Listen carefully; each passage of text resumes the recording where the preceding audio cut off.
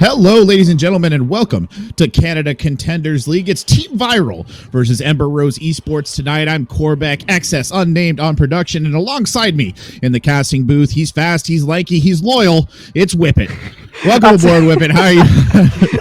I told you it'd be good. I'm glad to be here with you today. And how are you looking forward to this match? I'm super excited, looking forward to diving straight into this. You know, CCL has provided some of the most exciting matches I've casted in a while. Hopefully they can continue that today. And, well, you did say your intros were good and you didn't disappoint with one bit. I would say that's one of the best ones I've had for a while. Oh, it's good. I'm glad you liked it. But I mean, you're right. CCL has provided some very entertaining matches, and I will not disagree with you there. But this one could be a little bit difficult. It's because Ember Rose will only be playing with 4 players today against Team Viral, who have 5. Always a bit of a difficult scenario to be in. Whippet, you do not like to be the team man down, but you are theoretically either our resident jinx or a resident expert on such things, because you had another one of those the other day. Yeah, it seems like I've jumped into casting the games this weekend, and, you know, teams can't fill their 5th spot. But, I mean, it's an interesting dynamic when you go into a server with that man disadvantage, because it's not all lost. You know, you might say, okay, it's harder, you have less, you know, flexibility with what operators you can bring, because you're very defined in, okay, we have to bring X, Y, and Z to, you know, get our checklist rolling. But if you're a team, they can switch on that aggressive switch and hunt for that opening kill if you're on the attacking side, or be an aggressive roam presence and get yourself to level playing field. You can fall back and play a far more default strategy. It does kind of rely on being aggressive early on to try and get yourself on the level playing field. And we saw some of that yesterday, but will we see some of that today again? It's all up in the air, and especially kind of any predictions that were coming into this that I perhaps have somewhat been kind of left on the cutting room floor now. I mean, I think that's perfectly understandable, right? To me, at least, this is a dangerous situation, right? 4v5, looking at the greatest Canadian military disaster since the Battle of Saratoga, but that's okay. You know, hopefully we'll see how this works out. It is worth pointing out as well that Viral is 8-0, and I believe Ember Rose is 2-1-5. So a little bit of a discrepancy there in between the two in terms of their overall positioning in the league. I do believe Team Viral is number 1, so they have really been trucking along. Our first map will be Oregon, which actually might avail them just a little bit in terms of going to a map that everybody is very familiar with. Those 4 players could take some advantage there. Yeah, I mean, Oregon's super linear map, it comes down to strategy, and it plays out very similarly every single time. So if there is a map where you can take advantage of someone being able to pop up and be spectacular on an individual level to get yourself to level playing field, it is Oregon. You are a little bit kind of letterboxed in the fact that you need to bring a very set defined operator selection because of the linearity of a map like this. You need to be able to open up certain walls, be able to clear key areas, be down in the basement. But if you can get over that initial difficulty of clearing these hotspots and getting opening kills, we might see Ember Rose find some success. I will say it's going to be a long and arduous game for them, but I'm not going to be doubtful. I'm ever the optimist, even to my own detriment, so let's see how this one begins to play out. Well, that's good. I'm glad you're an optimist. I am not. I am a pessimist to my own detriment as well. But Hibana getting banned here first. No surprises there. Very popular choice on Oregon. The queen of top hatches will be removed from contention. The second ban theoretically should be a Thatcher here on the attacker's side, but perhaps Ember Rose has something a little bit different in the works. They are starting off on the attack, and they will ban Thatcher. So that will leave, you know, a couple of valuable operators on the board. The classic Maverick here for moving in through Attic. But again, with 4 players, they are going to have to be a little bit careful. One of the things they probably will lack just a little bit is the ability to put significant pinch, because when you divide your forces, you're already low. You don't have to be, you know, the greatest military mind to realize there could be a problem. Certainly so, and when you do see the smoke getting banned out, an interesting choice by Ember Rose here, but I am a fan. Those toxic canisters, when time gets low, can be an absolute killer. We saw this yesterday, so now you pull that away. You're going to, of course, be a little bit more strapped for time when you're playing with 1 man down from the start, so pulling away that SAS operator might just be a rather smart move. And our final defensive ban shall be the mirror. Not too surprising in terms of that at all. And those mirror windows can make it very difficult to get through certain areas. You know, downstairs in the basement is a big example of it. So dealing with it in the ban phase, much easier than doing so in the server. One thing I do want to mention, though, is you do see a Flores making it through the ban stage. And on a map like this, Flores can have a significant impact and can really shake up how that bottom floor is held upstairs as well, because those drones can clear so much vital utility. Yeah, I mean, that is the truth of it. Interestingly enough, though, Char's is showing up here on the Ash. We've got a Twitch here as well on the attacking lineup. No Flores yet to make an appearance, and that is sort of doing Ember Rose a bit of a disservice. I mean, you see Goyo being brought out here by Viral. Of course, those Volcons are so easily detonated by a Flores drone, right? The Rotero just kind of rolls in there and takes them out. It's pretty much a standard play, but no, we will stick with going about it the hard way. I mean, you know, I've talked about it on another broadcast in the past. Ash got her nerf. She lost a breaching round. Her gun got some changes. You're stuck on the D36 now, essentially. She's not what she used to be.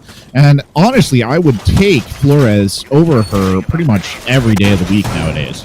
Oh, certainly. That AR-33, a great weapon to draw with, and the utility is somewhat akin to what we're used to with Ash. Back when she had 3 breaching charges, can somewhat be a queen of destruction. But no more of those days. We'll live in our memories fondly, and we'll have to adapt and change, of course. We'll see if Ember Rose or Jars has brought out a new variation of Ash, likely rocking that G360, as you can see there on the left-hand side of your screen. And it does hurt seeing the R4C being the state it is and the lost utility, but we move. Storm's our side, of course, of choice. And I wonder, will Viral try and play aggressive? They have the Valkyrie cameras placed outside to do so.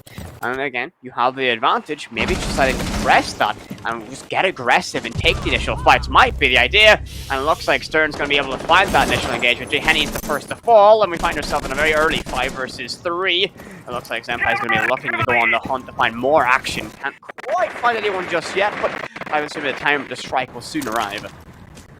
Yeah, losing JD Henny right there is just not good, right? Not only does it take the gun off and turn this into a 3v5, it also takes away access to those Twitch drones, so you won't have them for clearing out any utility that you might want to get rid of. And I think it speaks to supreme confidence here on the side of Viral that they've effectively left this window open. Senpai is just going to jump out and take a shot. Savage is down. And that is unfortunate indeed. Senpai actually checking for one more. Swings the angle. Nearly has him, but no. Charge is dropped on the other side. And there's the cleanup. Reaper coming in and getting the last one. And that was easy as you please right there on the side of Team Viral. Yeah, that was Viral getting rather aggressive, taking the fight to Ember Rose. And, you know, you mentioned there is that discrepancy in the standings of the league. And they, of course, Viral are on that top seed in P1, holding pole position. They just want to press that advantage. They want to get some kills, get aggressive. And, you know, they know they're fighting a weakened foe right now. And they can press the fight. They can really dictate and decide the ebb and flow of this matchup. And I think that's what we're going to see. Of course, first round. Don't know how it's going to play after that, but you never know. Ember Rose might be able to steal some now as he moves downstairs to the laundry room. A difficult site to attack on the best of days, so this will be an interesting to see how Ember Rose can handle it. Yeah, this is always a challenging lock to pick, right? Like, this is a high-level lock.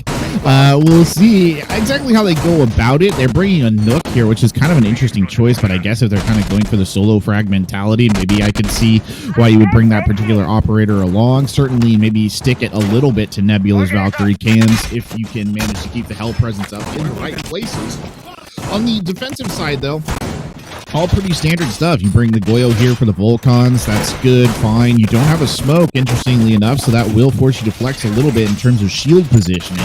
Could have maybe brought a Frost along instead of the Melusi if they wanted to, but I think they feel relatively confident in this setup. Not to mention that those Banshees are going to slow down the attackers, right? It'll prevent a hard rush, prevent the quick aggro engage.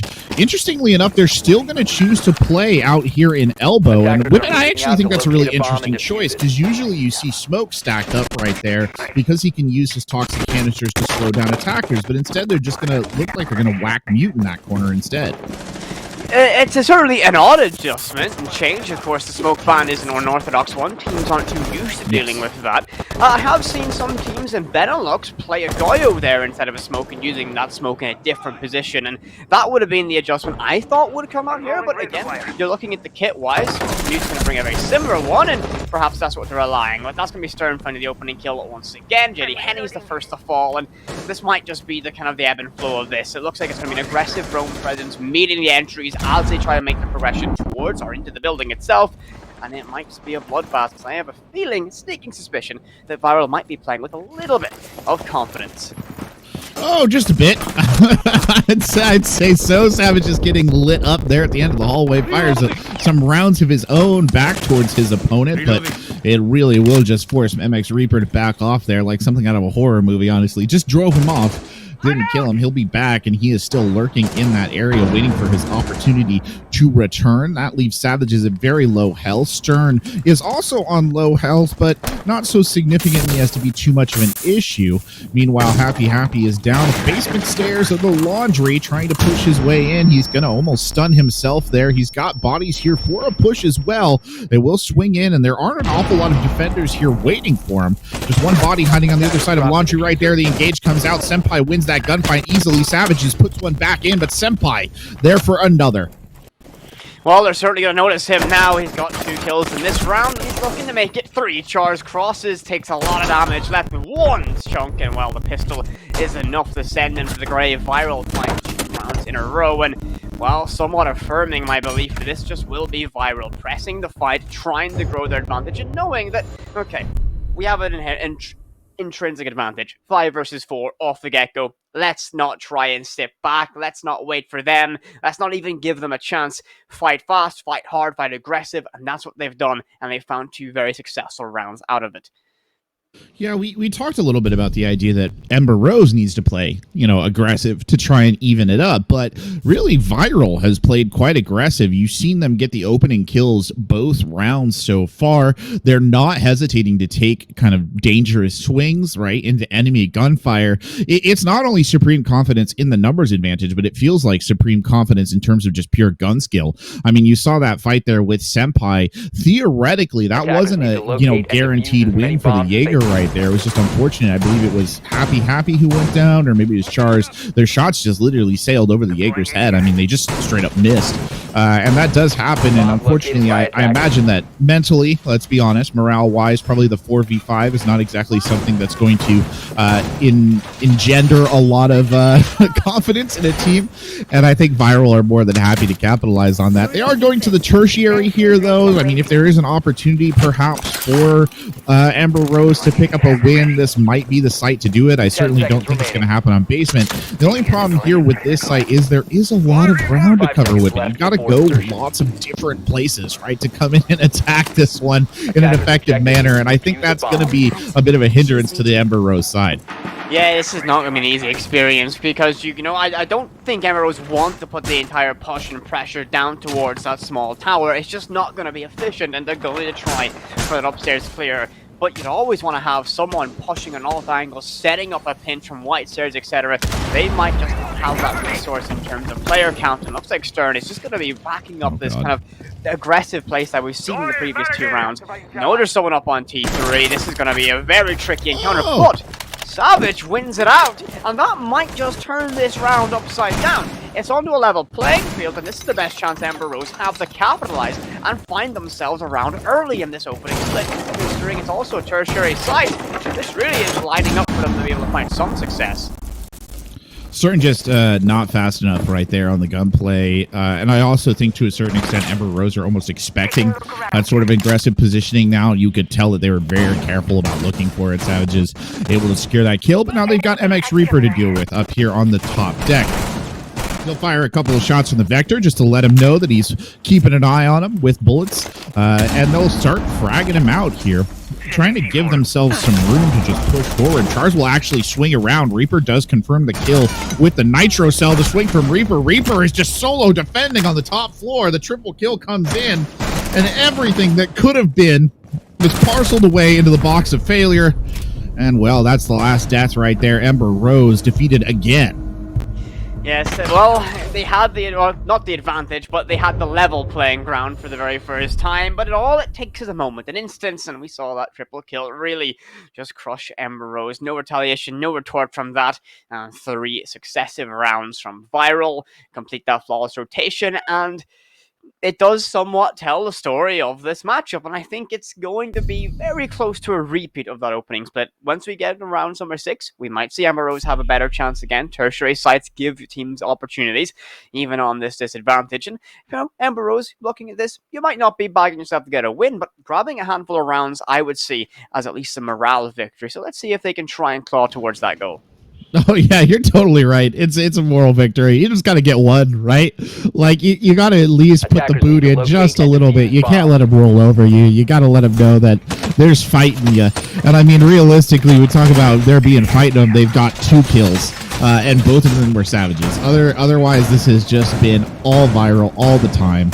And it's just unfortunate, but there are games like this. That's just the way it goes, whether you like it or not. But well, maybe they can muster something a little bit different here. I don't know. It's going into another hard attacking site, right? And obviously, Oregon is defender-sided in the main, even though everybody does really know it, right? It's a very standard map. It does generally tend to give a bit of a leg up to defenders, especially when they're outnumbered. It's kind of basic tactical thinking that you usually don't want to attack in Siege if you're outnumbered, but that's just the way it goes. And the black guy goes out there, can't quite stick it on the aerial, gets it on the second. There we go.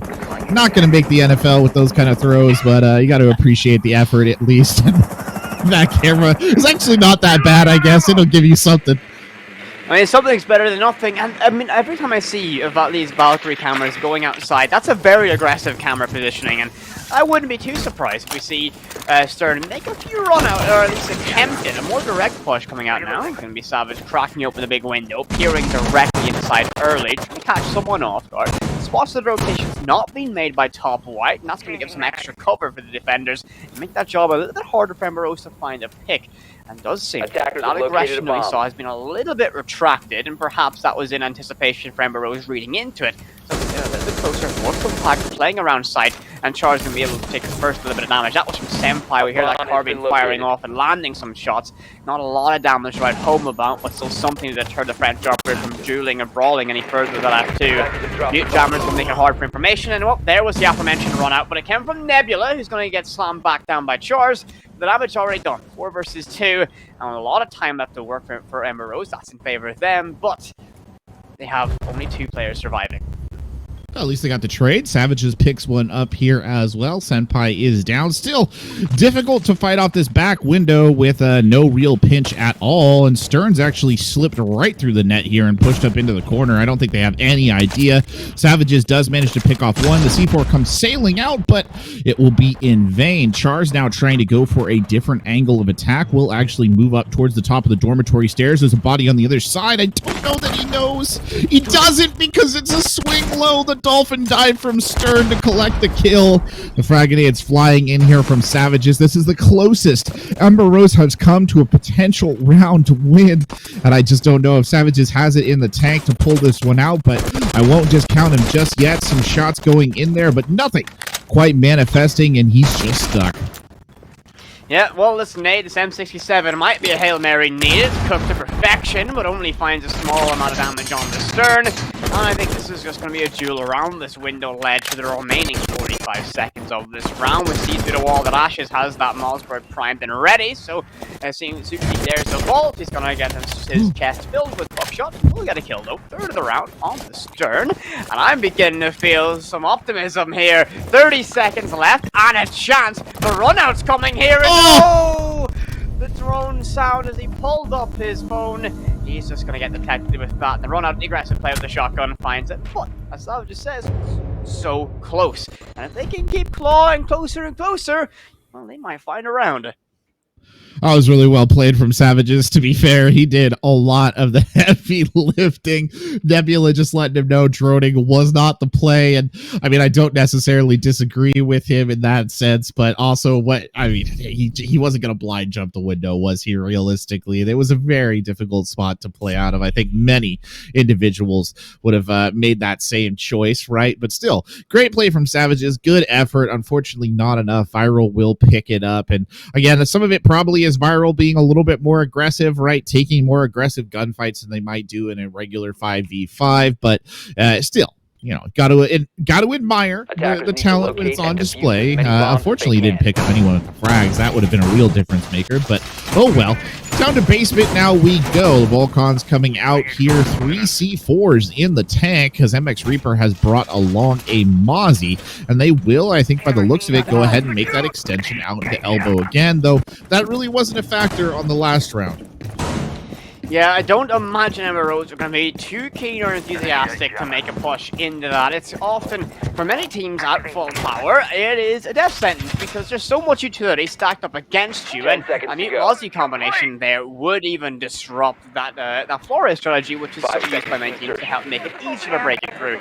And what we'll see that Jammer just making it hard for Happy to get some extra information. He will spot Senpai, but the likelihood that Jaeger is going to be long gone by the time they even approach that building, and well, it doesn't even appear that's going to be their core strategy. We do see Savages off towards the garage, and well, some silhouettes over towards Bunker. Perhaps might try for somewhat of a split push, but Savages regrouping with the rest of his team, and unsure right now about how this is going to play out. It does look like Blue and Elbow is very much on the agenda. Well, that's brave. I'll put that very much in the brave idea. Savage is going to go ahead and take point here. Happy and Char is already kind of covering down on this angle. Nebula and Ashes, they are just waiting for some poor, unfortunate soul to set foot there into the choke point. Savage is going to go ahead and cook a grenade. There is an ADS waiting for it. I think they burned it down already. It comes sailing out. It does not confirm the kill. A hard swing there into the Goyo. Nebula manages to pick up a kill, but Savages will use that brief moment of opportunity to slip in here. Unfortunately, the reinforcement already down. Savages gets one. Stern just comes charging out. YOLO straight in. And JD Henny, who was trying to sneak up on the backside, is annihilated by MX Reaper. There goes Chars. It's all down to Savages. He's cut apart in Blue as once more Senpai, the killer and annihilator of this Ember Rose team.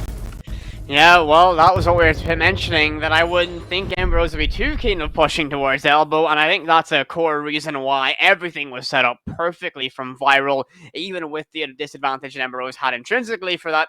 I think if they went in with that strategy, it would have been a very similar story, even if they had full capacity.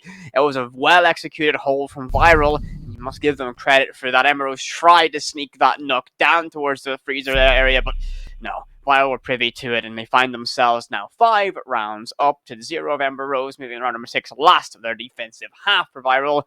And, I mean, a 6-0 is looking on the board, but as I mentioned at the top of the show, I am forever the optimist, even to my own disadvantage. So, if I were a betting man, I would bet against the streak in this one. I think Ember Rose might be able to call one back at least.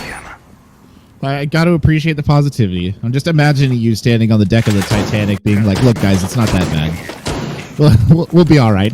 It's like, it's pretty rough. It's a 6-0. It's going to hurt. But hey, you know, I will give credit to Ember Rose. They are clearly trying, right? And I think that's worth noting. They've not just given up, which I think some teams might have done. They're trying to make things work, but they just can't even pick the lock. And I'll be honest, even in a situation in which this was a 5v5, I do kind of wonder. I still think Team Viral would have the advantage here. They just look like they're so in control. It's hard to imagine them not being in that situation. They're going to go ahead and set up a very sort of desultory defense there on Shower. Nothing too much in that regard. Stern over on the Echo here, so they will have access to the Yokais if he just chooses to play off them.